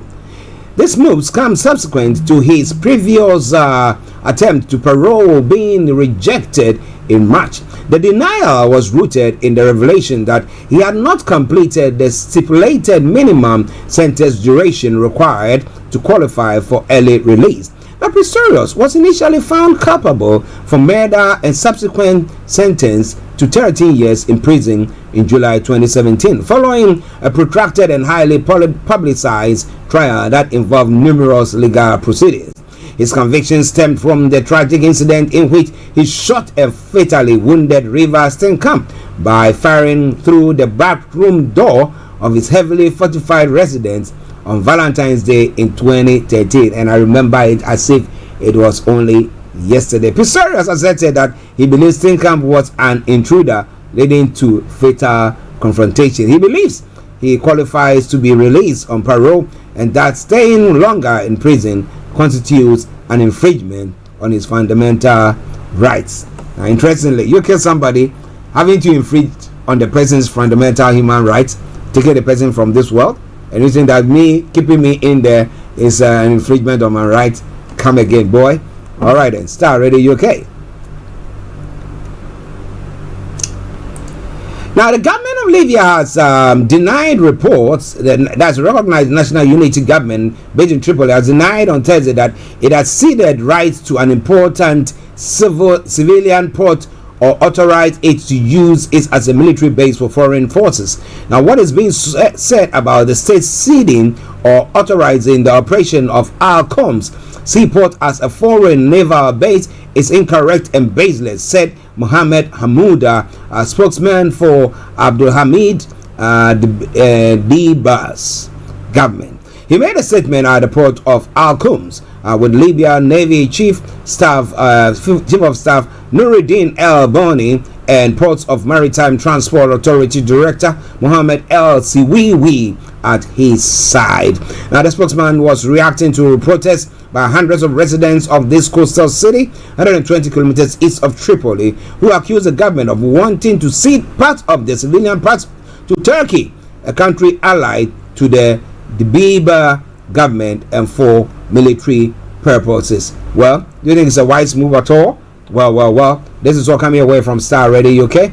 It is your favorite African and Caribbean radio station in London. And on that, I will say, when the cat's away, the mouse will always play. Right? Okay. Well, yesterday there was a meeting in Accra, Ghana, pertaining to the Nigerian coup. And the fact that there are countries in the bloc that are trying their ultimate best to get the junta to reinstate, as they do say it this way, democratically elected president Bazoum. But will the regional bloc ECOWAS send troops to Niger to face off with the military authorities that staged the July 26 coup, sacking Mohamed Bazoum from office? This is the question dominating stories and headlines across the region, and certainly one that has left landlocked nations of Niger in an unprecedented mix of anger, fear, and defiance. Now, after several meetings of West African defense chiefs, the latest held in Accra, Ghana on Thursday, 17th of August, the answer to this question, if at all, clear remains that the Economic Community of West African States, is not letting go of the threat of military intervention. They insist that the option of armed intervention remains on the table. Now, Abdel Fattah Musa, ECOWAS commissioner, on Thursday said all member states except those under military rule and Cape Verde have agreed to contribute troops for this standby force. Now, the ball is in the hand of the junta, the CNSP in Niger. If they pull back from the brink, the military option will not be necessary. But we want to warn them that all options are on the table and no options are off the table, says Musa. Now, all eyes are now set to see the next line of action after the activation of the standby force of the regional bloc. When will operation begin? Where will the troops be assembled? And how do they intend to get into Niger, whose borders are currently close to Nigeria and the Republic of Benin? Is it the two countries that they're going to be using to invade or enter into that part of the world? What do you think? Well, ECOWAS had on July 30 announced a no-fly zone, the closure of borders with Niger, and the suspension of commercial and financial transactions. Now, they have demanded the country coup leaders release President Mohamed Bazoum after his July 26 ouster by the authorities in Niger, led by coup leader General Abdurrahman Tiani, remain defiant. The nomination of a new prime minister by the coup leaders last week appeared to signal the start of a transition to a new government. Prime Minister Ali Mohamed Lamine Zain is tasked with leading the 21-member administration with generals from the new military governing council heading the defense and interior ministries. On Wednesday, 16 August, news emerged that the group of locals in Niamey, Niger's capital, aims to recruit tens of thousands of volunteers from across the country to register for the volunteers for the defense of Niger. The group will fight, assist with medical care, and provide technical and engineering logistics among the functions. In case the junta needs help, according to Mazuru Baku, one of the founders who spoke with Associated Press on Tuesday, anyone over 18 can register, and the list will be given to the junta to call upon people if needed, said Baku. The junta is not involved, but it is aware that initiative, he said. So this is a situation where the indigents of that country, where the coup d'etat has taken place, and where the democratically elected president has been ousted, are saying, you know what, we are lining ourselves up to go in there to defend our country. So would ECOWAS go in there shooting at them? Who do you want to free? Is it the country, the citizens, or is it Bazoum that you want to free? And what example are you setting that when there are telltale signs of unrest and unruly behavior of leaders of this sub-region, and who are not doing the right thing and abusing their authorities and using the laws to abuse their own people, and there's said to be an uprising of the sort, are you going to send the troops there to also now go and combat them? Touch wood. I'm not saying this will happen. So let's say a big country like Nigeria, okay, and then some soldiers decide that, look, with everything that is happening, we don't want Bola Tinubu any longer, and they say they've taken over. Is ECOWAS in a position to send troops to Nigeria? Would they be able to stand the forces of Nigeria? They are joking. They are joking. So I don't think that is the best way forward, is to use diplomatic means, as most people have called for. But well, they said they have a standby force. Standing by for what? Is another question on the lips of most people. But this is all coming away from Starr Radio UK. It is your favorite African and Caribbean radio station in London. Let's go to Ghana as well.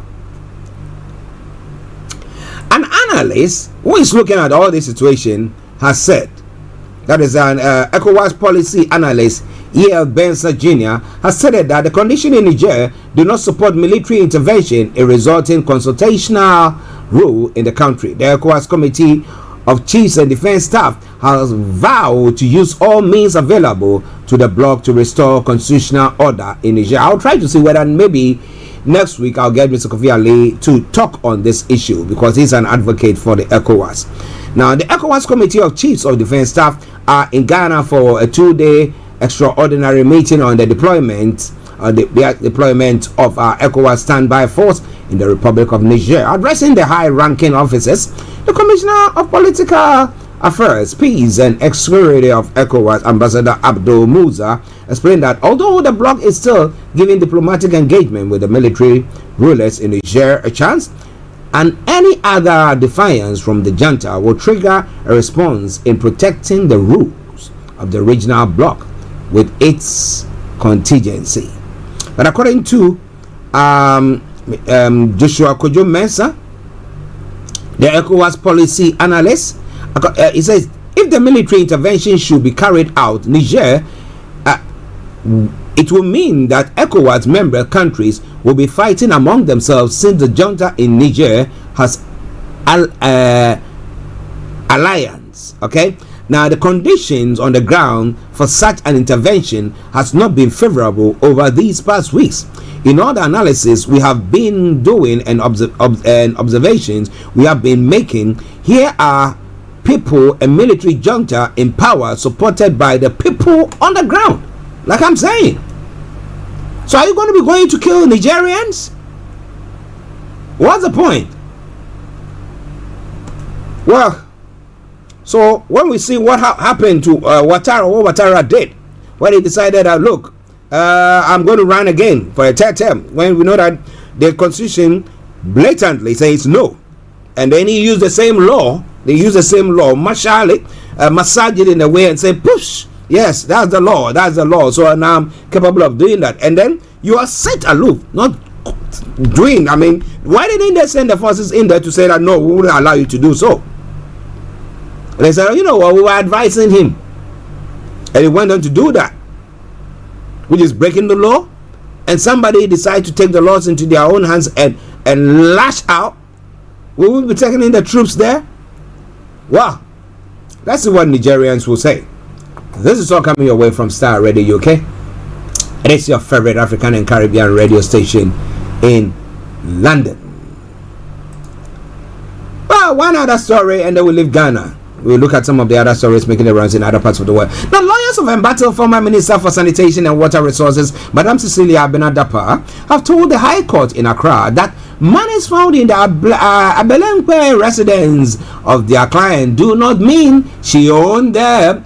That is my money that I gave to her to keep for me. So don't you say it is hers. I'm going for my money. In what they describe as arbitrary exercise of powers of the Office of the Special Prosecutor based on nothing more than suspicion fueled by misrepresentation of facts and resultant media frenzy, Madam Cecilia Dapa's lawyer said the application forms the OSP from the OSP should be dismissed. Now, the Special Prosecutor Kisir Jabin and his team have initiated a corruption related investigation against Madam Cecilia Dapa following an alleged theft case involving $1 million and 300,000 euros, among others. A further searches at a residence, particularly at Abelenkwe, discovered additional physical $590,000 and over 2.73 million Ghana cedis. Well, it's all not hers. Those are monies for me that she's keeping for me, right? Yeah. Tell it to the kiddies. Alright then, Starr Radio UK. It is your favorite African and Caribbean radio station in London. But there was one politician who came to say that let's people not be the politicians not be hypocrites, but which of them has not got huge sums of monies in their houses. So I will tell the thieves and the armed robbers, go to their houses. They got the monies. Instead of taking the monies to the court, they are not. So go to their houses and go and take the monies from them. Yeah, go and rob them. They got the money there, sitting there. How did they come by it? Okay. Now, Rachel says, all African country leaders are mumu. They should wake up from their slumbering and do the right thing. I agree with you, my sister. I agree with you there. Listen to Starr Radio UK.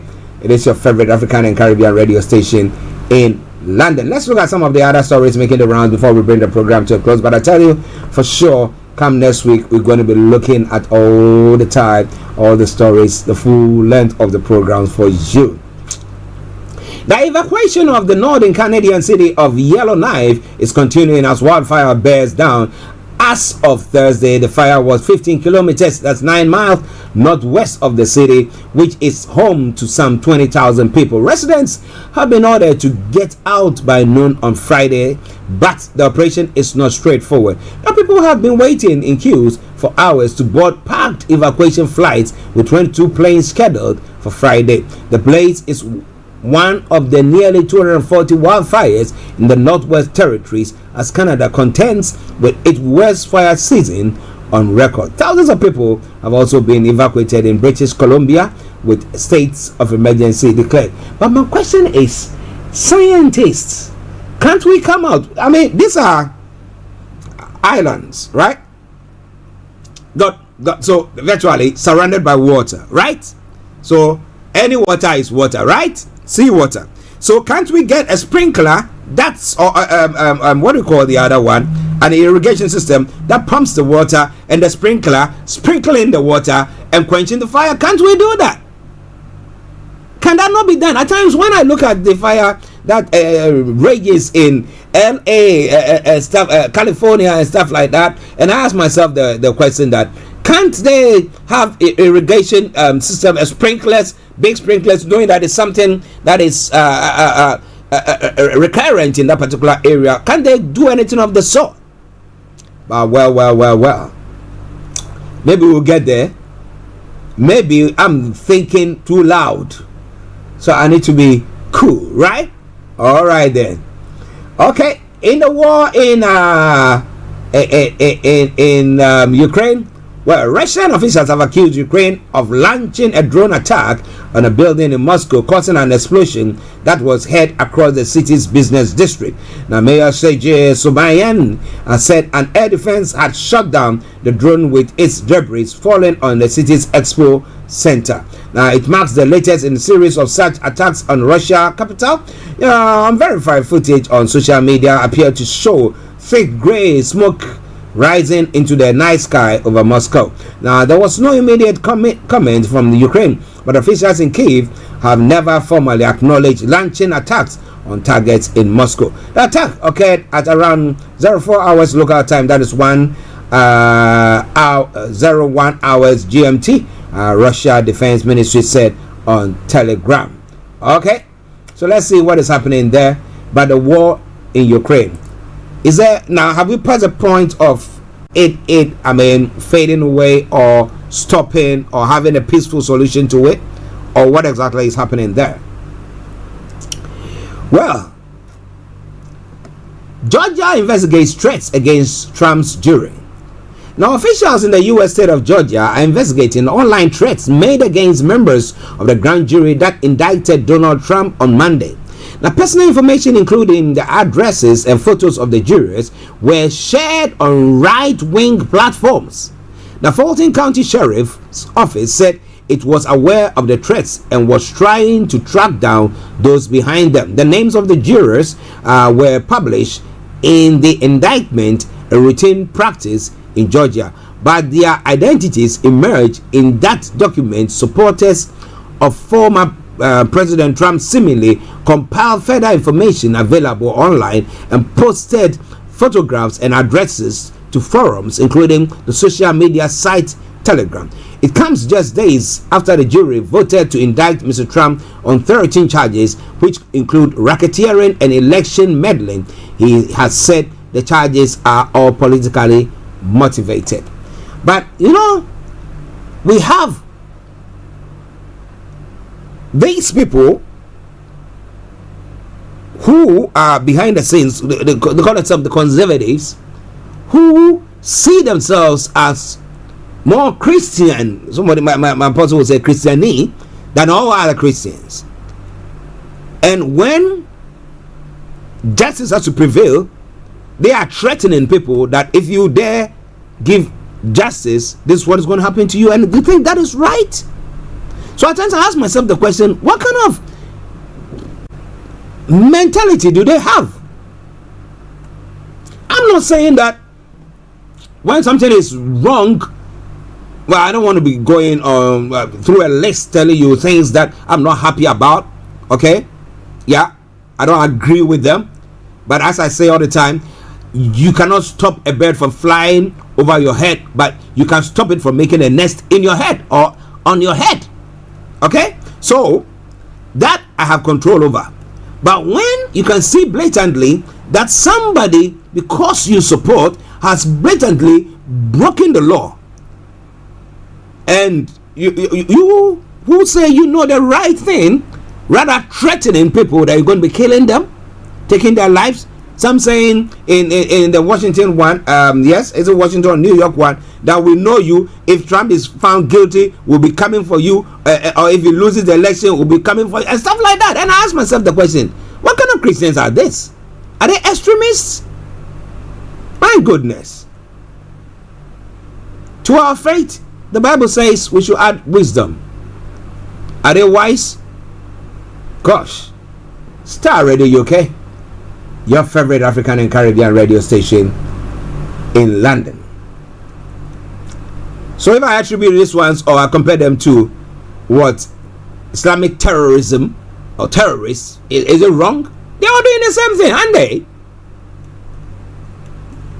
Or like perpetrators of the 9/11, are they not the same thing? They are doing virtually the same thing. Well, this is Starr Radio UK, and it's your favorite African and Caribbean radio station in London. A couple of stories, and they will bring the program to a close. Now, local staff have grounds for hope, says the GMB Union as bidders. It says that there are genuine grounds for hope that at least parts of Wilco will be taken over, according to the GMB Union. National Secretary Andy Prendergast said he had met PwC, the firm overseeing the sale of the retailer. He confirmed there had been expressions of interest in the business, adding that talks with potential buyers were still at an early stage. Now, Wilco announced last week that it was going into administration, putting 12,500 jobs at risk. So we hope the best for them, that they will get the right thing done on that front. It's all coming away from Starr Radio UK. Somebody sent me a message saying that, well, we had people who said that they were people of faith, and they were, say, the perpetrators of the slave trade, killing people, and they thought that was right. All right, then, let's move on to one final story, and we bring the program to a couple of them. My producer says a couple of them. Now, banks are facing fines if they breach rules on access to cash. Now, banks face fines if they fail to provide free cash to cash withdrawals for consumers and businesses, the Treasury has confirmed. A new policy will state that free cash withdrawals and deposits must be available within 1 mile for people living in urban areas. Yeah, man. Well, those of us who like cash, we want to have cash, not card. Okay, in rural areas where there are economic concerns over cash deserts, the maximum distance is 3 miles. The move is unlikely to halt branch closures and a decline in cash use. The Treasury said the distances were chosen to maintain the current level of coverage of free access to cash, though the ATMs or face-to-face services, those limits could be extended if cash use declines in the future. Another new guidance: if a service such as an ATM or branch is withdrawn and replacement service is needed in the area, then this should be done before the closure takes place. Yes. Okay. A voluntary arrangement is currently in place, which means every high street should have free access to cash within 1 kilometer. The details of the new policy will come under the microscope, including the starting point and practicalities of the distances that have been stipulated. This is Starr Radio UK, and this is the morning show. One final story, and then we bring the program to a close. Unfortunately, as I did say, we'll not be having the money hour. But next week, God willing, we'll be bringing that your way. The system of allocating most liver transplants on the NHS is causing younger patients to wait longer for surgery, figures have shown. There is a shortage of liver donors, so a computer algorithm decides who to prioritize on the waiting list. The younger people are currently waiting 156 days longer on average for a transplant than patients over 60. But the NHS Blood and Transplant says difficult decisions have to be made and the system is saving lives. How? There are about 700 people on the liver transplant waiting list in the UK, although that number fluctuates as new patients are added and some have their surgery. Others do not receive a transplant in time, with 69 people dying last year before they could get a liver. In 2018, a new computer algorithm was learned to cut deaths on the waiting list. It prioritizes patients who are most likely to die soon, which in practice tends to be older people. So it does that by looking at 21 recipients' parameters such as age, disease type, and severity, and 7 donor ones. Then it gives a score. The higher the score, the more likely you are to get a liver soon. Interesting. Now people aged between 26 and 49 wait longer for liver transplants. And well, the younger patients have always had longer waits for liver transplant. Before the algorithm came in 26 to 39 years old would expect to be on the list for an average of 172 days, which was about 40 days longer than the patients of over 60. Now the gap has widened to 156, and this is all coming your way from Starr Radio UK. It is your favorite African and Caribbean radio station in London, and this is where I bring the program to a close for today. Well, so I sign up with this song. Well, and this time round, this is from Afri Yewuta, and it says, "Country hot, the whole world is hot. Every news and everything that you hear is hot, isn't it? So enjoy this, and I'll see you all on Monday. But over the weekend, yes, there's going to be a live. Okay. Before I go, I've got Felix, so let me go straight to Felix. Before we run up the program. Felix, good morning. I was going to say good afternoon. Good morning to you, Felix. Hello, Felix. Ben? Yes. How are you? I think I'm okay. Yourself? Yeah. Let me borrow your word. Prodding on. Prodding on a serial. So I'll make it snappy. I think you raised the question, why is it that they can't use seawater to quench to stop the fires? Yeah. It is possible, but there's a problem. If you use seawater, you're possibly going to kill the land as well because of the salt. Okay. Yeah, that is one of the big problems. And for all the bad things that a fire does, you still need the land for the production of food, for the supporting of the vegetation and things like that. And when you introduce salt to the land, some land, that will be the end of it. For a long period of time until something happens to wash away the salt. But it's not very easy to wash away salt. Particularly when it's mixed up with the soil. So it just you're looking to killing vast portions of the land from any kind of vegetation for a long period of time, and you're talking about 5-10 years. You're talking about maybe many decades. Boy, oh boy. So that's one of the problems that they have, and unfortunately, you can't dispose away with salt. It's not very easy. It may change into a different form, but you may not come across a salt mixed with seawater and then now become solid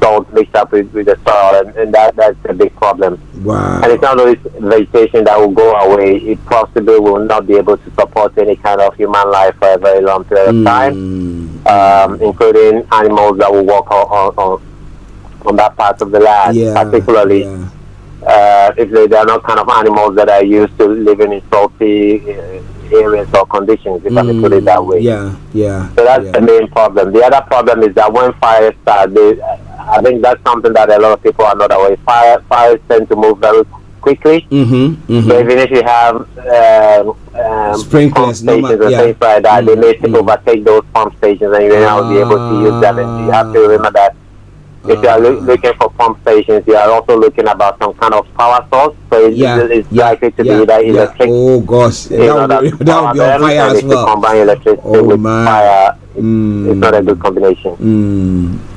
Oh, thank you very much. Thank you for that education. See? So that's, I mean, it can be done, particularly when you have freshwater bodies. So maybe if you have rivers like the, I guess in most of Canada, they have a lot of freshwater bodies, lochs and ponds and things like that, but it requires a lot of huge investments. And you have to remember, most of Canada is remote. Very few people live in most of Canada. Head of past the Canadian-American border. A lot of the population live around the Canadian-American border, and it's in terms of population size, it's a very small country. I think there are just about 35 million people occupying the land that's about 1.5 times the size of the United States. So most of it is remote. There's not really much that happens over there. It's just a wild. So I don't know whether the Canadian government wants to invest that amount of money for that sort of thing. Possibly looking at what the fires are doing to most parts of Canada now, possibly they may be thinking along those lines. But then it's another aspect of how, it's another way of trying to, it's another natural sequence of, trying to relocate revegetating the place. Because some plants actually, the only way the seed can pod out or they can come out of the pod is when you introduce them to a lot of heat. And then the seeds just sort of burst out and then they start to regeminate. But it's not nice, but that's the way it happens. There are ways to deal with it. I mean, if the Canadians talk to the indigenous people, they know how to control fires and how to do these things, but nobody tends to listen to them that way anyway. I think the Australians are beginning to speak to the Aborigines because they know how to deal with all these wildfires. And then they have ways of doing it. I don't think you have enough information, but enough time on your program, but maybe some other time you can discuss that. Regarding the cash machines, well, it's not only cash machines, it's actually banks that are closing down. If you live in remote communities, it is a big problem. You can't get cash machines. Everybody's saying, so why don't you have internet banking? Well, if you live in remote communities, internet connectivity is not the best. It's not consistent. The speed is not really great, and internet banking is not necessarily easy for most people if you are not living in some of these big towns and cities. So but we'll see how this policy works out in terms of cash points and things like that. So thank you. Thank you very much for that. And for those who decide to keep millions of dollars in their houses. It's mine. It says not there, so it's mine. I mean, for a minister of state who seems now to know what belongs to her and what belongs to her, it's a very strange dichotomy, isn't it? I mean, this is a person who's supposed to overlook huge national budget. Interesting. Interesting. And when you overthrow them, they'll say they'll bring ECOWAS to come and invade your country. Really? Indeed. Yeah, but honestly, it's your country. That's the way they think. Let them go on that way. Have a good day. Have a good day and have a lovely weekend. Right then. Yeah. Well, Well, listeners, that has been Felix as well, bringing his take on the issue before we landed. Yeah, that was good. That was a good one there. But wherever you are, I want to say thank you very much for joining in. Yes. And as a God richly bless you. Have a wonderful weekend, as we do say here. May Nigeria not happen to you. But hopefully, Monday, we'll have the full team back. And then we'll be smashing on all cylinders. So, just stay tuned. Don't you go away. But enjoy this song from Efri Yewuta. It says Country Hot. See you all later. Bye-bye for now.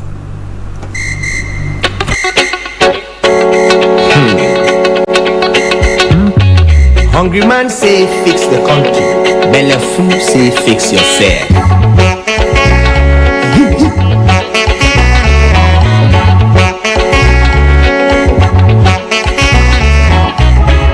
This is Starr Radio. This is Starr Radio UK.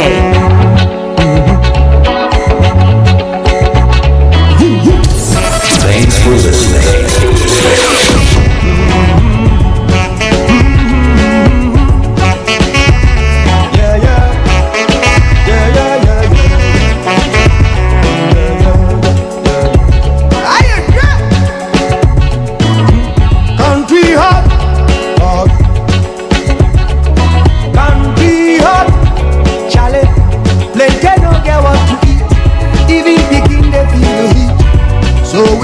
Pray for change. Country hot, chale, kala. Country hot, hot. Every